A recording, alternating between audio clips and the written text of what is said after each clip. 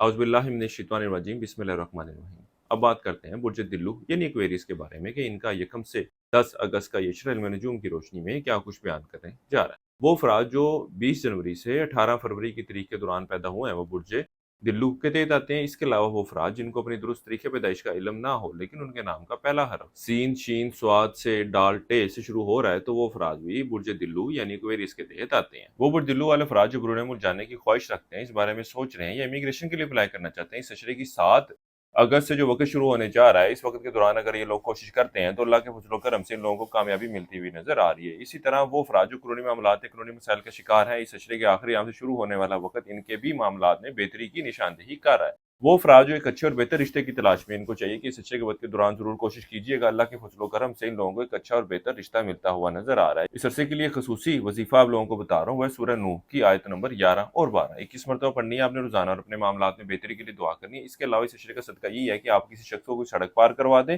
या रास्ते में पड़ी हुई कोई रुकावट है तो उसको साइड पर कर दें, यही आपका इस अरसे का सदका है। किसी भी मस्बत काम का आगाज़ करना चाह रहे हो तो इस अशरे की 4 और 8 अगस्त की तारीख का आप लोगों ने इंतखाब करना है। आप बुर्ज दिल्लू वाले अफराद ज़िंदगी किसी भी मामले के हवाले से ज़ाती मुशावरत चाह रहे हों या कोई अपना ज़ाती सवाल है उसके बारे में रहनुमाई चाह रहे हो तो हमारे स्क्रीन पर दिए गए नंबर पर राब्ता कीजिएगा। इंशाअल्लाह ताला आप लोगों की बेहतर रहनुमाई कर दी जाएगी और अगर टिकटॉक पर हमारी ये वीडियो देख रहे होंगे तो कॉन्टैक्ट डिटेल आप लोगों को बायो में से मिल जाएगी। इस अशरे के वक़्त के दौरान एक अच्छी बात ये भी देखने में आएगी कि आपकी ज़्यादा फोकस यही होगा, ज़्यादा तवज्जो यही होगी कि अपने माली मामलात, माली सूरत-ए-हाल को किस तरह से बेहतर किया जा सके। इसके अलावा इस अशरे के वक़्त के दौरान आप लोगों के साथ अच्छे और बेहतर ताल्लुकात कायम करते हुए नज़र आ रहे हैं। इस अशरे के वक़्त के दौरान आप मुलाज़िम अफराद को तो दफ्तरी मामलात के हवाले से कुछ टेंशनों का सामना रहेगा, लेकिन अल्लाह के फज़ल व करम से इस अशरे की 10 तारीख से जो वक़्त शुरू होने जा रहा है, ये वक़्त आपकी इन परेशानियों, इन टेंशनों में ख़ात्मे का आगाज़ है और मामलात जो है वो बेहतरी की शक्ल लेते हुए नज़र आ रहे हैं। इस अशरे के वक़्त के दौरान आप कुछ ज़हनी परेशानी, ज़हनी टेंशनों का शिकार रहेंगे, लेकिन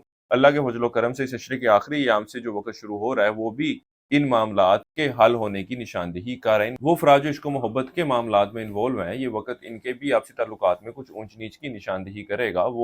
ये वक़्त ऐसा है कि जब आपके अपने शरीके हयात के साथ अच्छे ताल्लुकात की निशानदेही हो रही है। वो अफराद जो शराकती कारोबार का आगाज़ करना चाहते हैं, ये वक़्त उनके लिए भी ख़ासा बेहतर रहने वाला है।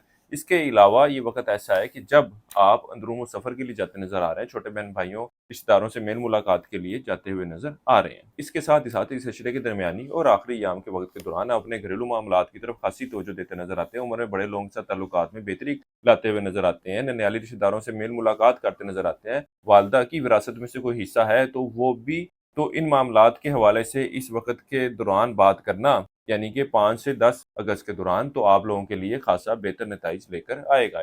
इस अशरे के दरमियानी और आखिरी अय्याम के वक़्त के दौरान आप घर की तज़ीनो और आइश के ऊपर भी अखराजात करते नज़र आ रहे हैं। वो अफराद जो सवारी मकान की खरीदारी का इरादा रखते हैं, इनको भी चाहिए कि 7 से 10 अगस्त के तारीखों का इंतखाब करें, ये आप लोगों के लिए ख़ासी बेहतर वक़्त रहेगा। इस अशरे का वक़्त ऐसा है कि जब आप बुर्ज दिल्लू वाले अफराद अपनी ख्वाहिशात को हकीकी शक्ल देने के हवाले से कोशिशों में मसरूफ़ नज़र आते हैं। बुर्ज दिल्लू वालों के लिए अब तक इतना ही। अल्लाह हाफ़िज़।